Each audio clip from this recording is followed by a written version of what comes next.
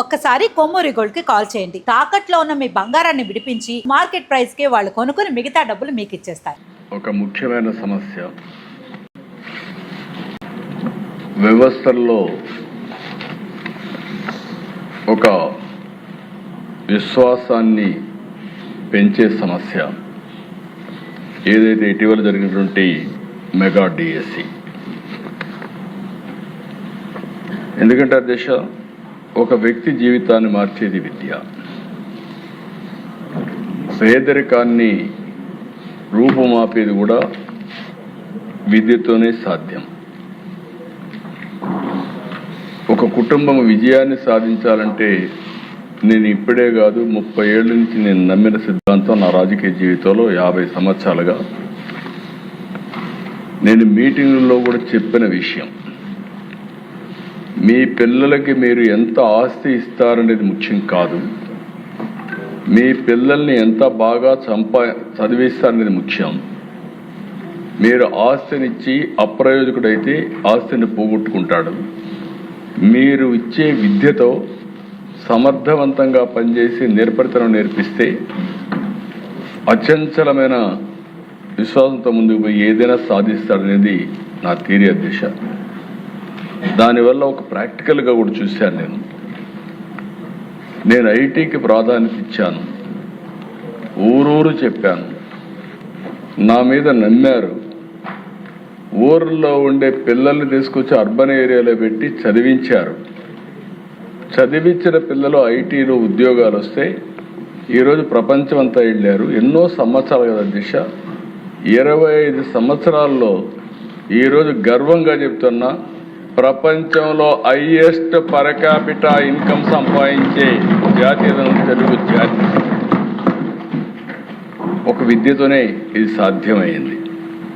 అయితే అధ్యక్ష, ఈ విద్య విషయంలో తెలుగుదేశం పార్టీ ఎప్పుడైనా నిర్లక్ష్యం చేయలేదు.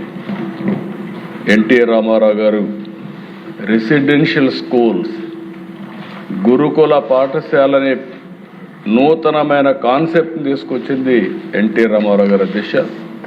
గిరిజన ప్రాంతంలో పిల్లలు స్కూల్స్కి రాలేకపోతే, తినడానికి తిండి లేకపోతే రెసిడెన్షియల్ స్కూల్స్ ఏర్పాటు చేసి ఆ రోజు నిర్వహిస్తే ఈరోజు దేశంలో రెసిడెన్షియల్ స్కూల్స్ వచ్చే పరిస్థితికి వచ్చాయి.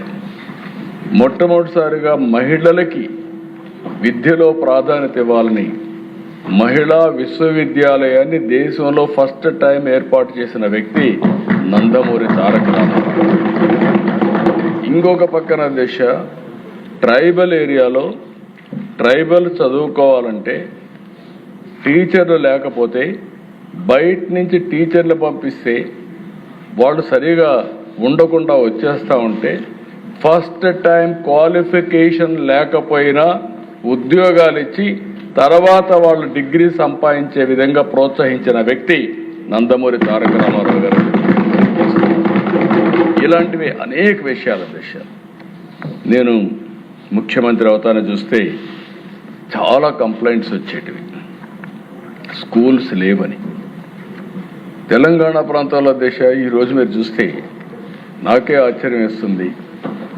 రంగారెడ్డి జిల్లా హై స్కూల్స్ లేవు. కనీసం చదువుకోవడానికి పిల్లలకు హై స్కూల్స్ లేకపోతే అది చూసిన తర్వాత ప్రతి కిలోమీటర్కి ఒక ప్రాథమిక పాఠశాల, ప్రతి 3 కిలోమీటర్లకి ఒక అప్పర్ ప్రైమరీ స్కూలు, 5 కిలోమీటర్లకి హై స్కూలు, మండలానికి జూనియర్ కాలేజ్, ఎవ్రీ డివిజన్కి ఒక ఇంజనీరింగ్ కాలేజ్, ఎవ్రీ డిస్ట్రిక్ట్కి ఒక మెడికల్ కాలేజ్ కాన్సెప్ట్ తీసుకొచ్చి స్టాచ్యురేషన్కి వెళ్ళాను అధ్యక్ష. ఆ రోజు అన్ని ఇక్కడ ఒకటే జీవోతో. ఇది కాకుండా అదనంగా ఎన్ని కాలేజీలు వస్తే అన్ని కాలేజీలు చేయమని చెప్పి పెట్టాను అధ్యక్ష. ఈరోజు రంగారెడ్డి జిల్లాలో ఉండే ఇంజనీరింగ్ కాలేజీలు దేశంలో ఎక్కడా లేవు. హైయెస్ట్ పర్ క్యాపిటా ఇన్కమ్కి చిరునామా రంగారెడ్డి జిల్లా అంటే అది విద్య వల్లనే సాధ్యమైంది అధ్యక్ష. అదే ఆ రోజు చూపించిన చొరవ అధ్యక్ష. ఇక్కడికి వచ్చినప్పుడు ఇంకొక పక్కన మీరు చూస్తే ఎప్పుడు కూడా నేను విద్యా ప్రమాణాలు పెరగాలి, విద్యా ప్రమాణాలు పెరగాలంటే మొన్న 19-20 డబ్బా కొట్టుకున్నారు. ఒక్క టీచర్ని రిక్రూట్ చేయకుండా నేను విద్యా ప్రమాణాలు పెంచేశానని చెప్పి ఊరూరు చాటుకునే పరిస్థితికి వచ్చారు. English medium పెట్టానంటాడు.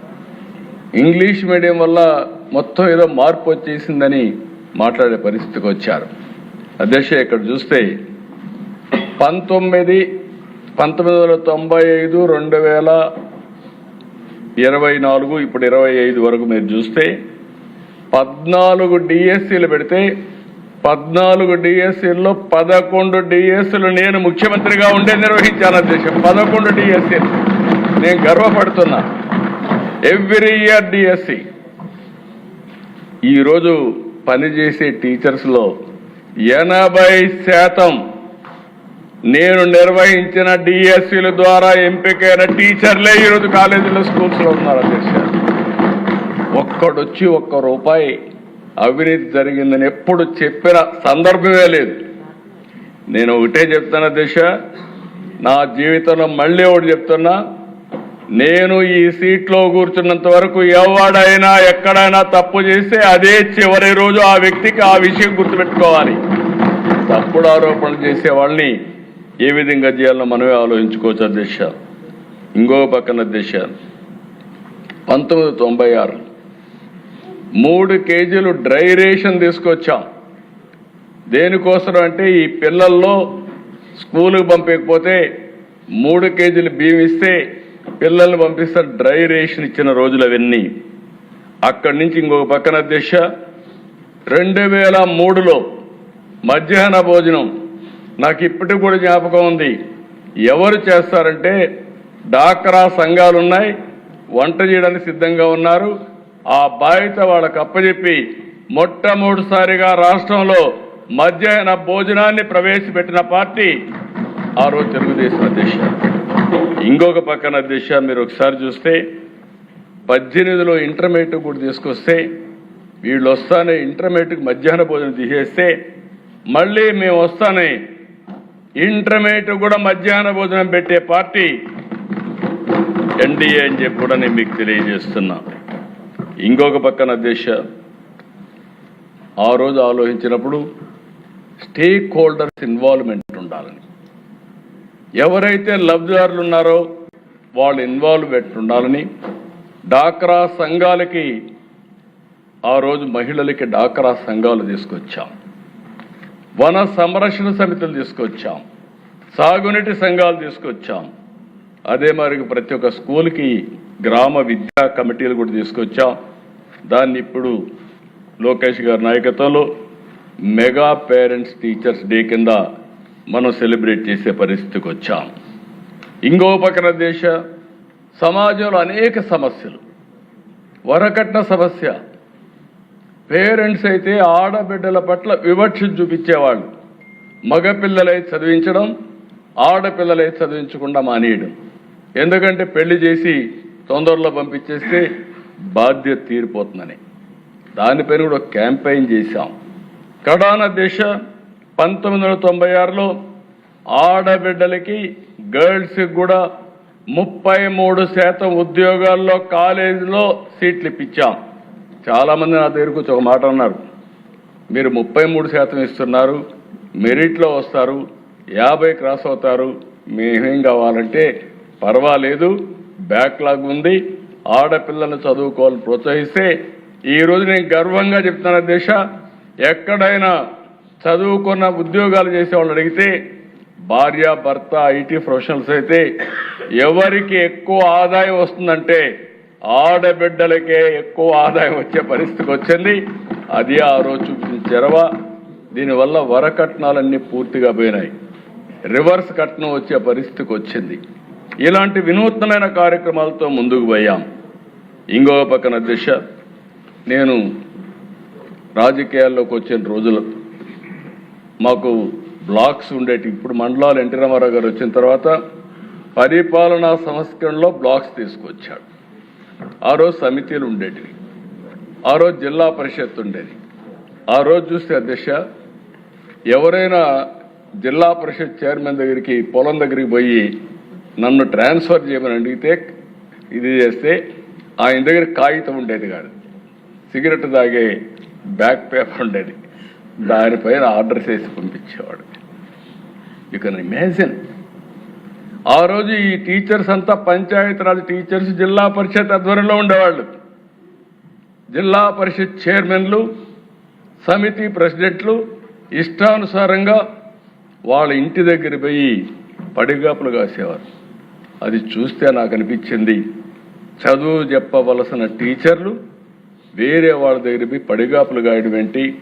అందుకే ఫస్ట్ టైం అధ్యక్ష పర్ఫార్మెన్స్ అప్రైజల్ చేసి కౌన్సిలింగ్ విధానం తీసుకొచ్చి ఏ రాజకీయ నాయకుడి దగ్గరికి టీచర్ వచ్చే పని లేకుండా నేరుగా వాళ్ళ పనితనం పైన ట్రాన్స్ఫర్ తీసుకొచ్చారు.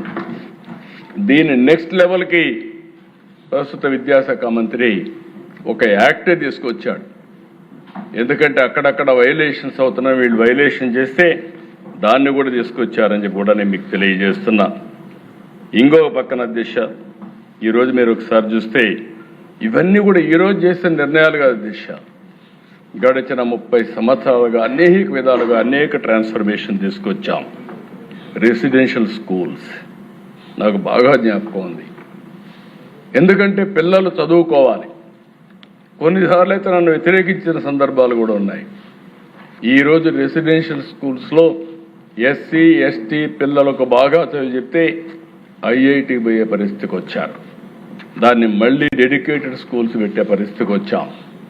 నా ఆలోచన ఈరోజు 5 లక్షల మంది ఎస్సీ ఎస్టీ బీసీ పిల్లలు ఉన్నారు. ఈ 5 లక్షల మందికి రెసిడెన్షియల్ స్కూల్స్ గారు కట్టగలిగితే, అక్కడ కానీ స్పెషల్ కోచింగ్ ఇవ్వగలిగితే బ్రహ్మాండంగా పైకి వచ్చే పరిస్థితి వస్తుంది. అది కూడా ప్లాన్ చేస్తున్నాం అధ్యక్ష. ఇంకొక పక్కన అధ్యక్ష, మీరు ఒకసారి చూస్తే ఈరోజు గడిచిన ప్రభుత్వం 19-24 10-12 లక్షల మంది పిల్లలు ప్రభుత్వ స్కూల్స్కి రావడం మానేశారు, బడికే మానేసే పరిస్థితికి వచ్చారు. మేము ఆ రోజు ఒక హామీ ఇచ్చాం, ఎంతమంది పిల్లలుంటే అంతమందికి తల్లికి వందనం కింద 15,000 వేస్తామని చెప్పి మాట నిలబెట్టుకున్న ప్రభుత్వం ఎన్డీఏ ప్రభుత్వం అధ్యక్ష. దీనివల్ల మీరు చూసినప్పుడు ప్రైవేట్ స్కూల్ సుప్రీంకోర్టు ఆదేశాలతో, ఇంకొక పక్క మీరు చూస్తే ఏదైనా ప్రైవేట్ స్కూల్స్లో కూడా first class admissions government recommendation, government దీనికి ఇవ్వాలి, కోటా కింద ఇవ్వాలని చెప్పి పెట్టారు.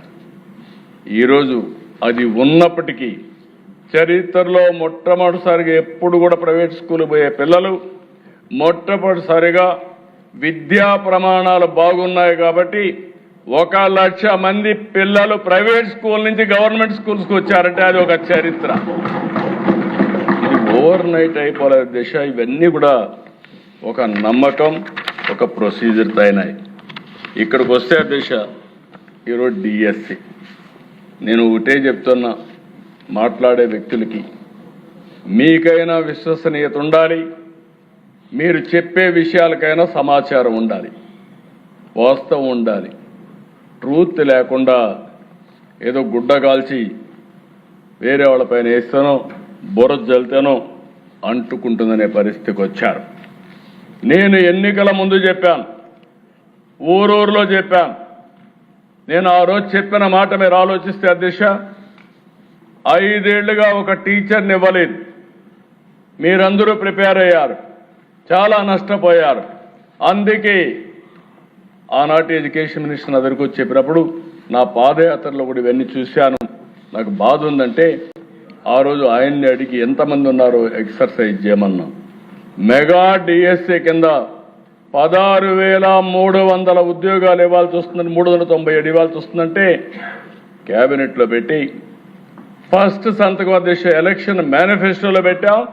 నేను, పవన్ కళ్యాణ్ గారు, అదే మరిగా బీజేపీ ముగ్గురం కలిసి ఎలక్షన్ మేనిఫెస్టో కూడా రిలీజ్ చేసి చెప్పిన మాట ప్రకారం మొదటి సంతకం పెట్టింది మెగా డిఎస్సి పైన పెట్టాను. పెట్టడమే కాదు, నేను టైం చెప్పాను. ఇది విశ్వసనీయతకు సంబంధించిన విషయం, ఇమ్మీడియట్గా చేయమని. మొత్తం ఉద్యోగాల దిశ 16,347. వచ్చిన అప్లికేషన్లు 3,36,300 13 జిల్లాల్లో ఫస్ట్ టైం చరిత్రలో 148 రోజుల్లో టోటల్ ప్రాసెస్ పూర్తి చేసే పరిస్థితికి వచ్చారు.